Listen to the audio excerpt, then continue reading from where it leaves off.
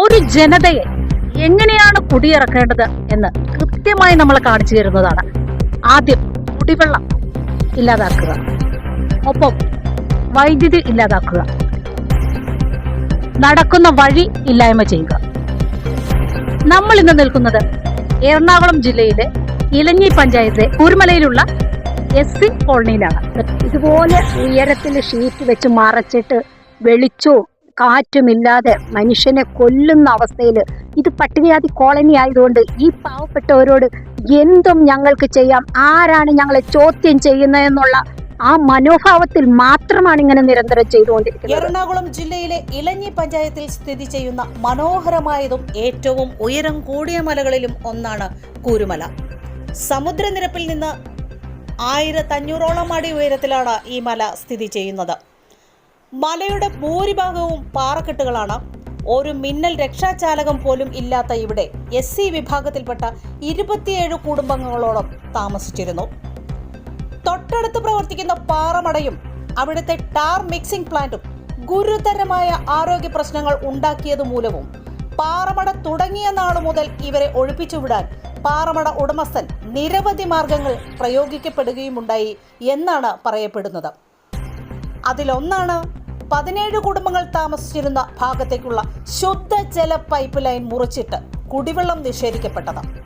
Electric സപ്ലൈയുടെ കാര്യവും അങ്ങനെ തന്നെയാണെന്ന് കോളനി നിവാസികൾ പറയുന്നു.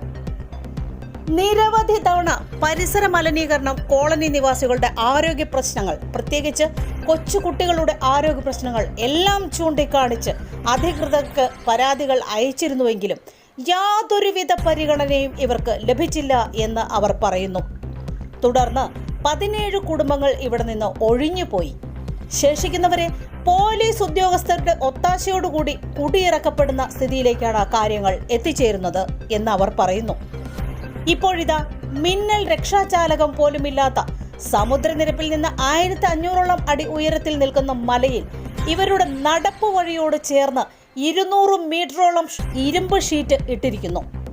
മരണകാരണമായേക്കാവുന്ന ഇത്തരം പ്രവൃത്തികൾ സംസ്ഥാന ദുരന്ത നിവാരണ അതോറിറ്റി ദുരന്ത നിവാരണ പ്രവർത്തനങ്ങൾ നാടുനീളെ കൊട്ടിഘോഷിക്കുമ്പോഴും ഇരുമ്പിന്റെ ഷീറ്റുകൾ കോളനി നിവാസികളുടെ ജീവന് ഭീഷണിയായി അവരുടെ നേരെ പല്ലിളിച്ചു കാണിക്കുന്നു. അതിന് കുടപിടിക്കുന്നതാകട്ടെ പോലീസ് ഉദ്യോഗസ്ഥരാണെന്നാണ് പ്രദേശവാസികൾ പറയുന്നത്. ഈ കാണുന്ന വഴി കൂരുമല നിവാസികൾക്ക് എളുപ്പം പിറോം റോഡിലേക്ക് എത്താവുന്ന വെറും 500 മീറ്റർ മാത്രം ദൂരമുള്ള ഈ വഴി പെട്ടെന്നൊരു ദിവസം, അതും ഇവർ വർഷങ്ങളായി ഉപയോഗിച്ചുകൊണ്ടിരുന്ന ഈ വഴി പെട്ടെന്നൊരു ദിവസം വന്ന് അടച്ചു വെച്ചിരിക്കുന്ന കാഴ്ചയാണ് ഈ കാണുന്നത്. ഇവിടെ താമസിക്കാൻ തുടങ്ങിയിട്ട് 200 വർഷത്തിന് മുകളിലായി. കാരണന്മാരുടെ തലമുറയ്ക്ക് മുൻപ് തന്നെ ഇവിടെ താമസിച്ചുകൊണ്ടിരുന്ന ആൾക്കാരാണ് ഞങ്ങൾക്ക്.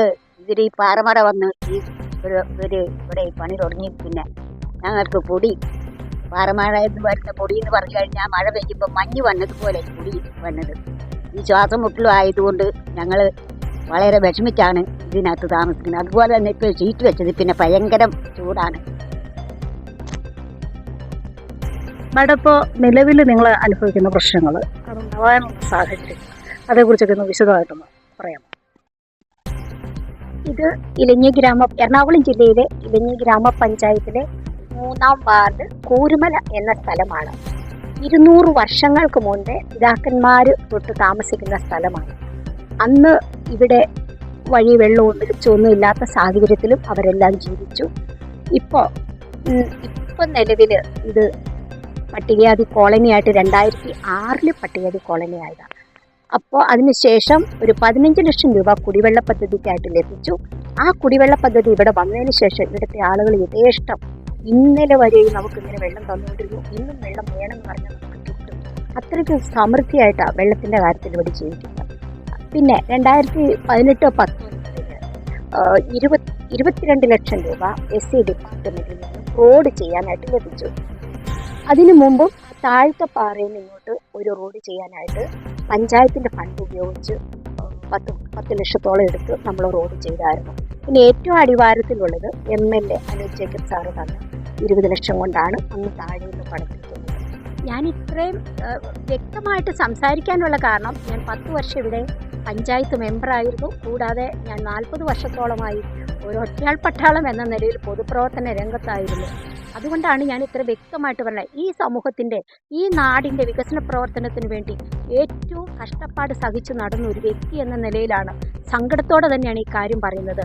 ഈ കോളനിയിൽ 14 വയസ്സിന് താഴെയുള്ള കുഞ്ഞുങ്ങൾക്ക് ഈ പാറമടയിൽ നിന്നുള്ള പൊടി മൂലം, അതുപോലെ തന്നെ ടാർ മിക്സിങ് യൂണിറ്റ് ഇതിനകത്ത് പ്രവർത്തിക്കുന്നുണ്ട്. 3 മണി വെളുപ്പിന് തുടങ്ങും. ഞങ്ങളൊരു ആഹാരം ഉണ്ടാക്കി വെച്ചാൽ അതുപോലും കഴിക്കാൻ പറ്റില്ല. വായിലെല്ലാം അതിൻ്റെ ടേസ്റ്റാണ്. ഒക്കെ പുഴുങ്ങി വെച്ചിട്ട് വളരെ ബുദ്ധിമുട്ടി ജീവിക്കുക. വാങ്ങിച്ചുകൊണ്ട് വരുന്ന സാധനം വെച്ചിട്ട് കമത്തിക്കളയണ ഒരു സിറ്റുവേഷനിലാണ് ഞങ്ങളിപ്പോൾ ജീവിക്കുന്നത്. കഴിഞ്ഞ ദിവസവും കൂടെ കുട്ടികളെയുമായിട്ട് ഓട്ടോ വിളിച്ച് പിറവത്ത് ആശുപത്രി പോയി രാത്രിയിൽ ആ നെബുലൈസേഷൻ കൊടുത്ത് ഇഞ്ചക്ഷനും എടുത്തിട്ടാണ് കുഞ്ഞുങ്ങളെയും കൊണ്ട് വീട്ടിൽ വന്നത്. നമ്മുടെ ഈ കൊച്ചു കേരളത്തിൽ തന്നെയുണ്ട് 33 കോടി ദളിത് സംഘടനകൾ. അതിൻ്റെയൊക്കെ നേതാക്കന്മാർ, രാഷ്ട്രീയക്കാരന്മാരുടെ കാല് കഴുകി വെള്ളം കുടിക്കുന്ന നേതാക്കന്മാരൊക്കെ വന്ന ഇതൊക്കെ ഒന്ന് കാണണം. ഇതൊരു SC കോളനിയാണ്. കുടിവെള്ളം മുട്ടിച്ചിട്ടിരിക്കുന്നു, നടക്കുന്ന വഴി മുടക്കിയിരിക്കുന്നു, അവർക്കുള്ള വെള്ളവും വെളിച്ചവും എല്ലാം നശിപ്പിച്ചിട്ട് കോടികൾ സമ്പാദിക്കുന്നവര് അവരെ ഇപ്പോഴും ദ്രോഹിച്ചുകൊണ്ടിരിക്കുന്നു. ഏറ്റവും വലിയ തെളിവാണ് ഈ കാണുന്ന ഷീറ്റ് വെച്ച് കുടുംബങ്ങളെ അവർക്ക് ജീവിക്കാൻ പറ്റാത്ത സാഹചര്യത്തിൽ അവരെ മറച്ചു വെച്ചിരിക്കുന്നു. ഇതൊക്കെ നേതാക്കന്മാർ കാണണം, ഗവൺമെന്റ് കാണണം. പൈസകളായി മരുന്നിന് വേണ്ടി ഇതൊക്കെ ഞങ്ങൾ ആരോട് ചോദിക്കും? ആര് ഞങ്ങളെ സഹായിക്കും? ഞങ്ങളൊരു അവഹേളന പാത്രം എന്ന നിലയിലാണ് ഇന്നിപ്പോൾ ഇവിടെ ജീവിക്കുന്നത്. ഇതിനൊരു മാറ്റം വരണം. ജനിച്ച മണ്ണിൽ മരണം വരെ ജീവിക്കാനുള്ള സ്വാതന്ത്ര്യം ഞങ്ങൾക്ക് വേണം. അത് തന്നേ പറ്റൂ. അത് സർക്കാരിൻ്റെ ശ്രദ്ധയിൽ പെടുത്തുകയാണ്. എൻ്റെ ജീവനെല്ലാം ഭീഷണിയുണ്ട്, എൻ്റെ കുഞ്ഞുങ്ങൾക്ക് ഭീഷണിയുണ്ട്.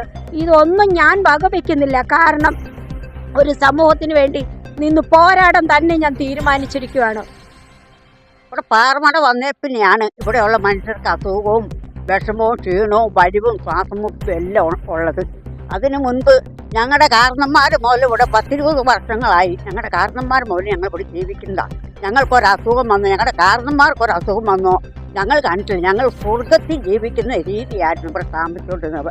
ഈ ഷീറ്റ് വന്നേ പിന്നെ ഞങ്ങൾക്ക് ശ്വാസം മുട്ടൽ, ചുമ, വലിവ് ഇതെല്ലാം. ഒരു വണ്ടി വന്നു കഴിഞ്ഞാൽ ഒരു രോഗിനെ കൊണ്ടുപോകാൻ വണ്ടി വന്നാൽ ഒന്ന് തിരിക്കാൻ വരേണ്ട സൗകര്യം ഇല്ലാതെയാണ് അവർ ഷീറ്റ് കെട്ടി ഇങ്ങേട്ടേക്കുന്നത്. പാറമടക്കാരൻ പറഞ്ഞ് അവൻ തന്ന ദാനമാണെന്ന് പറഞ്ഞു. അവൻ ഞങ്ങൾക്ക് ഒരു ദാനവും തരണം. ഞങ്ങളുടെ കാരണന്മാർ മുതലുള്ള വഴി അവിടെ കിടക്കുന്നത്. ആ വഴിയെ ഞങ്ങൾ ആവശ്യപ്പെടുന്നുള്ളൂ. ഈ ഷീറ്റ് എടുത്ത് മാറ്റിക്കളഞ്ഞ് ഈ വഴിയും വെക്കണം. എൻ്റെ മോൻ വലിയൊരു ഓപ്പറേഷൻ ചെയ്ത് ഹൃദയം വലിയൊരു ഓപ്പറേഷനൊക്കെ ചെയ്തിരിക്കുന്ന കൊഞ്ഞാൽ ആ കൊച്ചൻ ഇപ്പോൾ ടാറിൻ്റെ പണി തുടങ്ങുമ്പോഴേക്കും പുള്ളിക്ക് ഈ ശ്വാസം മുട്ടിലങ്ങ് തുടങ്ങിക്കഴിഞ്ഞാൽ ഈ രോമ എല്ലാം എങ്ങനെ എടുത്തു വരും. അവരോട് വിളിച്ചേച്ച് പറഞ്ഞ് എനിക്കിങ്ങനെയുള്ള ബുദ്ധിമുട്ടുള്ളതുകൊണ്ട് നിങ്ങൾ ടാറിങ്ങിൻ്റെ പണി നിർത്തണം, ടാർ ഇവിടെ ഉരുക്കാൻ ഒക്കിയല്ല എന്ന് പറഞ്ഞ്. അത് കുഴപ്പമില്ലെന്ന് 3-4 പ്രാവശ്യം ഞങ്ങൾ പിറവത്തിന് പോയി. 3 ദിവസം എൻ്റെ കൊച്ചി ഈ ശ്വാസം മുട്ടൽ കാരണം പിറവത്ത് ആശുപത്രിയിൽ കിടന്നു. എൻ്റെ മോൻ അങ്ങനെ അനേകം മനുഷ്യരുടെ സഹായം പ്രാർത്ഥനയും കൊണ്ടാണ് എൻ്റെ കുഞ്ഞിന് രക്ഷപ്പെട്ടിരിക്കുന്നത്. ഞങ്ങളുടെ കാരണന്മാർ തന്ന മണ്ണും ഭൂമിയിലും ഞങ്ങൾക്ക് ഇവിടെ ജീവിക്കണം, ഞങ്ങളുടെ കുഞ്ഞുങ്ങൾക്ക് ഇവിടെ ജീവിക്കണം. ഞങ്ങൾക്ക് പ്ലെയിനെ വന്നിറങ്ങാൻ പറ്റിയല്ലോ, ആകാശത്തുകൂടെ വന്നിറങ്ങാൻ പറ്റിയല്ലോ. ഇവനെപ്പോലുള്ള കാശും ഇല്ല, ഒന്നുമില്ല. ഞങ്ങൾ സാമ്പത്തികം അന്നൊന്ന് ഉപജീവനം കഴിയുന്ന ആൾക്കാരാണ്. വെടിവെച്ച് കഴിഞ്ഞാൽ പൊടിയും കല്ലും എല്ലാം ചെതറി ഇങ്ങനെ വരും. ഇപ്പോഴാ ഈ വെടിയുടെ ശബ്ദം ഇച്ചിരി കുറവ്. മറ്റേ ഇതിനു മുൻപ് ഇവിടെ ഭയങ്കര ശബ്ദമായിരുന്നു. എത്ര കുഞ്ഞുങ്ങൾക്ക് അവിടെ വലിവും ശ്വാസം മുട്ടും ഈ പാറമട വന്നേപ്പിന്നെ. പാറമടയും ഈ ടാറിങ്ങിൻ്റെ പണിയും വന്നേപ്പിന്നെയാണ് ഇവിടെ ഇങ്ങനെ ഒരു അസുഖം. മറ്റേ ഞങ്ങൾ സ്വർഗത്തിൽ കഴിയുന്ന പോലെ എൻ്റെ കാരണന്മാരോ ജീവിച്ചിരിക്കുന്ന കാലത്ത് ഒരു അസുഖം വന്ന് ഞങ്ങൾ ആശുപത്രിയിൽ പോയിട്ടില്ല. ഈ അസുഖം വന്ന് ഞങ്ങൾ ആശുപത്രിയിലൊക്കെ പോകുന്നത്. ഇത് വലിയൊരു പീഡനമാണെന്ന് തന്നെയാണ് എനിക്ക് പറയാനുള്ളത്. ഇവിടെ 27 കുടുംബങ്ങളുണ്ടായിരുന്നു ഈ പട്ടികാതി കോളനിയിൽ. ആ 27 കുറേ വീട്ടുകാരെ ഓരോരുത്തരെയായിട്ട് ഇങ്ങനെ ചേർത്ത് ഉപദേശിച്ച് ഇറക്കി വിട്ടു. അതിനുശേഷം ഇവിടുന്ന് അങ്ങ് അറ്റം വരെ അവർക്ക് വെള്ളം ഇട്ട് കൊടുത്ത പൈപ്പ് ഉണ്ടായിരുന്നു. ആ പൈപ്പ് ഇവിടെ മുറിച്ചിട്ടിരിക്കുന്നു. അതുപോലെ അങ്ങോട്ട് കറണ്ടിനുള്ള പോസ്റ്റ് ഉണ്ടായിരുന്നു, ആ പോസ്റ്റ് മാറ്റി കളഞ്ഞു. ഇതെല്ലാം എല്ലാ ജനങ്ങൾക്കും അറിയാം, പക്ഷെ ആരും ചോദ്യം ചെയ്യാനില്ല. ഞങ്ങളെ ഇങ്ങനെ ഭീഷണിപ്പെടുത്തി ഞങ്ങൾ ഇവരുടെ ഭീഷണിയിൽ ഈ ജനിച്ച നാട്ടിൽ ജീവിക്കാൻ സ്വാതന്ത്ര്യമില്ലാത്ത അവസ്ഥ. അതുകൊണ്ട് സർക്കാരിൻ്റെ ശ്രദ്ധയിൽ ഇത് എത്രയും പെട്ടെന്ന് എത്തിയിട്ട് ഈ പ്രദേശത്തിൻ്റെ പ്രശ്നങ്ങളെ പഠിച്ച് ഞങ്ങൾക്ക് ന്യായമായ ഒരു നിയമം നടപ്പിലാക്കി തരണം എന്ന് മാത്രമാണ് എനിക്ക് പറയാനുള്ളത്. ഷീറ്റ് ഇങ്ങനെ വെച്ചതുമായിട്ട് ബന്ധപ്പെട്ട് പരാതി കൊടുക്കുകയോ പോലീസോ അങ്ങനെ എന്തെങ്കിലും കംപ്ലൈന്റ് എന്തെങ്കിലും ഉണ്ടാവോ? പഞ്ചായത്തിൽ പരാതി കൊടുത്തിരുന്നു. പഞ്ചായത്തിൽ പരാതി കൊടുത്തു. 2022 ഞങ്ങൾ കുറച്ച് വീട്ടുകാർ കൂടി അത് പരാതി എഴുതി കൊടുത്തു. അപ്പോൾ ഇത് ആസ്തി രജിസ്ട്രി കിടക്കുന്ന റോഡാണ്, ഇതിൻ്റെ സൈഡിലാണ് ഇത് വെച്ചിരിക്കണേ, അതുകൊണ്ട് ഇത് പൊളിച്ചു മാറ്റി താഴെ ആക്കണം, അതുപോലെ ഷീറ്റ് പാടില്ല, ഇതെല്ലാം പറഞ്ഞിട്ടും ഒരു മറുപടി ഞങ്ങൾക്ക് കിട്ടിയിട്ടില്ല. അടുത്തിടെ പോലീസ് വന്നത് ഞങ്ങളിത് പൊളിച്ചെന്നും പറഞ്ഞുകൊണ്ട് ഇവർ പോലീസിന് പരാതി കൊടുത്തിട്ടാണ് പോലീസ് വന്നു. അപ്പം നിങ്ങൾ ചെയ്തത് ശരിയാണോ എന്ന് ചോദിച്ചു. അങ്ങനെ പോലീസും ഞാനുമായിട്ട് തർക്കമുണ്ടാകുകയും CI എന്നെ എൻ്റെ കയ്യിലിരുന്ന ഫോണ് പലപ്പോഴും തെറിപ്പിക്കാൻ ശ്രമിക്കുകയും നിന്നെ 3 സ്റ്റാറുള്ള എൻ്റെ 2 മക്കളെയും വിളിച്ചിരുന്നു. വാന്ന് പറഞ്ഞു. അപ്പം ഞാൻ സാറേ നിങ്ങൾ സ്പോട്ടിൽ വന്ന് കണ്ടോ, പ്രശ്നം എന്നാന്ന് പഠിച്ചോ, ഞങ്ങൾ അനുഭവിക്കുന്ന ദുരിതം മനസ്സിലായോ, പിന്നെ എന്തുകൊണ്ടാണ് ഇങ്ങനെ ഭീഷണിപ്പെടുത്തി വിളിക്കുന്നതെന്ന് ചോദിച്ചു.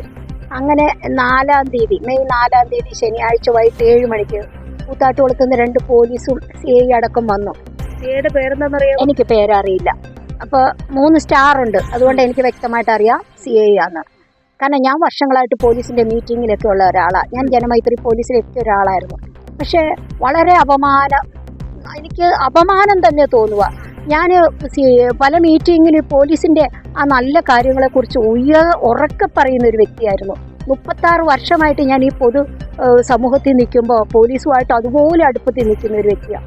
എന്നിട്ട് തന്നെ വളരെ മോശമായിട്ട് ഇവിടെ ഈ പെൺകുട്ടികളെ ആരെങ്കിലും കടന്നു പിടിച്ചാൽ അവരെ എങ്ങനെ അവരിൽ നിന്ന് രക്ഷ നേടാം എന്നുള്ളൊരു ബോധവൽക്കരണ ക്ലാസ് ഇവിടെ ബെഡ് കൊണ്ടുവന്ന് ഇട്ടുകൊണ്ട് ഈ പള്ളിമുറ്റത്ത് 800 സ്ത്രീകളെയും കുട്ടികളെയും കൂടെ സംഘടിപ്പിച്ച് പിറവത്തെ സർക്കിളായിരുന്ന ശിവൻകുട്ടി സാർ അടക്കം കൂത്താട്ടുകുളം പോലീസ് അടക്കം വന്ന് ഇവിടെ ആ ക്ലാസ് നടത്തി. വനിതാ പോലീസുകാരെല്ലാം വന്ന് നടത്തി. വൻ വിജയമായിട്ട് അവർക്ക് ആ ക്ലാസ് നല്ല രീതിയിൽ പ്രയോജനപ്പെടുത്തി കൊടുത്ത ഒരു വ്യക്തിയാണ് ഞാൻ. അങ്ങനെ ഇരിക്കുന്ന ഒരു വ്യക്തിക്ക് ഈ പോലീസ് എനിക്കങ്ങ് ലജ്ജ തോന്നിയത് ആ പോലീസിനെ കുറിച്ച്. സാറേ ഞങ്ങളുടെ അവസ്ഥയൊന്ന് കേൾക്ക്, ഞങ്ങൾ അനുഭവിക്കുന്നു ഒന്ന് മനസ്സിലാക്കുക എന്ന് പറഞ്ഞപ്പോൾ നീയൊക്കെ മറ്റൊരുത്തൻ്റെ പ്രോപ്പർട്ടിയിൽ വെച്ചിരിക്കുന്ന സാധനം നീയൊക്കെ അഴിച്ചു മാറ്റുമല്ലേടി എന്ന് ചോദിച്ചിട്ട് നിന്നെ ചവിട്ടി കൂട്ടിയിട്ട് ജയിലിൽ ഇട്ടിട്ടാണേലും ഞങ്ങളിത് പണിത് കൊടുക്കുമെന്ന് പറഞ്ഞു. അപ്പം ഞാൻ ശക്തമായിട്ട് എതിർത്തു. എൻ്റെ ഫോണിൽ ഞാൻ റെക്കോർഡ് ചെയ്യാൻ ശ്രമിച്ചപ്പോഴേക്കും എൻ്റെ ഫോൺ 2-3 പ്രാവശ്യം തട്ടിപ്പറിക്കാനായിട്ട് വന്നു. എന്നെ സത്യത്തിൽ ആ സ്ഥലത്ത് ഒരാൾ പോലും ഇല്ല, എന്നെ കൂച്ചി പിടിച്ച് ഇടിക്കുമായിരുന്നു. എനിക്കത് വ്യക്തമായിട്ട് എനിക്ക് മനസ്സിലായി. അപ്പോൾ പോലീസിൻ്റെ അതിക്രമം ഭയങ്കരമായി. ഇപ്പോൾ വന്നിരിക്കുന്ന കൂത്താട്ടുകുളത്ത് വന്നിരിക്കുന്ന CI ആണ് ഇത് ചെയ്തത്. അതിൻ്റെ കൂടെ ഒരു പോലീസുകാരൻ ഞാൻ അറിയുന്ന ഒരാളാണ്, രജീഷ് എന്നാണ് പേര്, എന്നെ കൊഞ്ഞനം കുത്തി കാണിക്കുന്നു. എന്തെല്ലാം വികൃതമായ രീതി. ഇതാണ് ഒരു പോലീസിന്റെ സ്റ്റാൻഡേർഡ്. പോലീസിന്റെ ഭാഗത്തുനിന്ന് വളരെ മോശമായിട്ട് അതിനെതിരെ എവിടെയെങ്കിലും പരാതി കൊടുത്തിട്ടുണ്ടോ? ഞാനിപ്പോൾ പല സ്ഥലത്തും കൊടുത്തിട്ടുണ്ട്. മുഖ്യമന്ത്രിക്ക് കൊടുത്തിട്ടുണ്ട്, DGPക്ക് കൊടുത്തിട്ടുണ്ട്, മനുഷ്യാവകാശ കമ്മീഷന് കൊടുക്കാനായിട്ട് എല്ലാം തയ്യാറാക്കി വെച്ചിരിക്കുന്നു. അവർ ദേശീയ മനുഷ്യാവകാശ കമ്മീഷന് കൊടുക്കും, പട്ടികജാതി മനുഷ്യാവകാശ കമ്മീഷന് കൊടുക്കും, പിന്നെ വനിതാ കമ്മീഷന് കൊടുക്കും. എനിക്ക് ഈ ലോകത്തിലെവിടെയെല്ലാം ഇതിനെതിരെ പരാതി കൊടുക്കാവോ, പോലീസും ഇവരും ചേർന്നുകൊണ്ട് ഞങ്ങളെ ഉപദ്രവിക്കുന്നതിനെതിരെ എവിടെയെല്ലാം കൊടുക്കാൻ പറ്റുമോ, എനിക്ക് ജീവനുള്ള അത്രയും ഞാൻ അതിനുവേണ്ടി നടക്കും. കേരളത്തിലെ ജനമൈത്രി പോലീസിന് ഭയങ്കര പേരാണ് കേട്ടോ. ഇന്നലെ ഈ SC കോളനിയിൽ വന്നിട്ട് ഇവിടുത്തെ ഒരു വനിതയോട് വളരെ മോശമായി, നീ ആരടി, നിന്നെ ചവിട്ടിക്കൂട്ടും, ഓർഡറി വീട്ടില്, ഈ രീതിയിലൊക്കെ സംസാരിക്കാൻ പോലീസിന് ആരാണ് അധികാരം കൊടുത്തിട്ടിരിക്കുന്നത്? ഏത് നിയമത്തിലാണ് അവരത് പഠിച്ചിരിക്കുന്നത്? ഇതൊക്കെയാണോ ഇവിടുത്തെ ലോ ആൻഡ് ഓർഡർ? 2 പ്രാവശ്യം വാർഡ് മെമ്പറായിട്ടിരുന്നൊരു വ്യക്തിയാണ്. എന്നിട്ടും പോലീസിന്റെ അധിക്ഷേപം നേരിടേണ്ടി വന്നു. അതിനെപ്പറ്റി എന്താണ് പറയാനുള്ളത്? എനിക്ക് 2014 ഏറ്റവും നല്ല പഞ്ചായത്ത് മെമ്പർക്കുള്ള ഗ്ലോബൽ മലയാളി ഫെഡറേഷന്റെ അവാർഡ് കിട്ടിയതാണ്. അതൊരു 25,000 രൂപ പ്രശസ്തി പത്രവും ഫലകവും.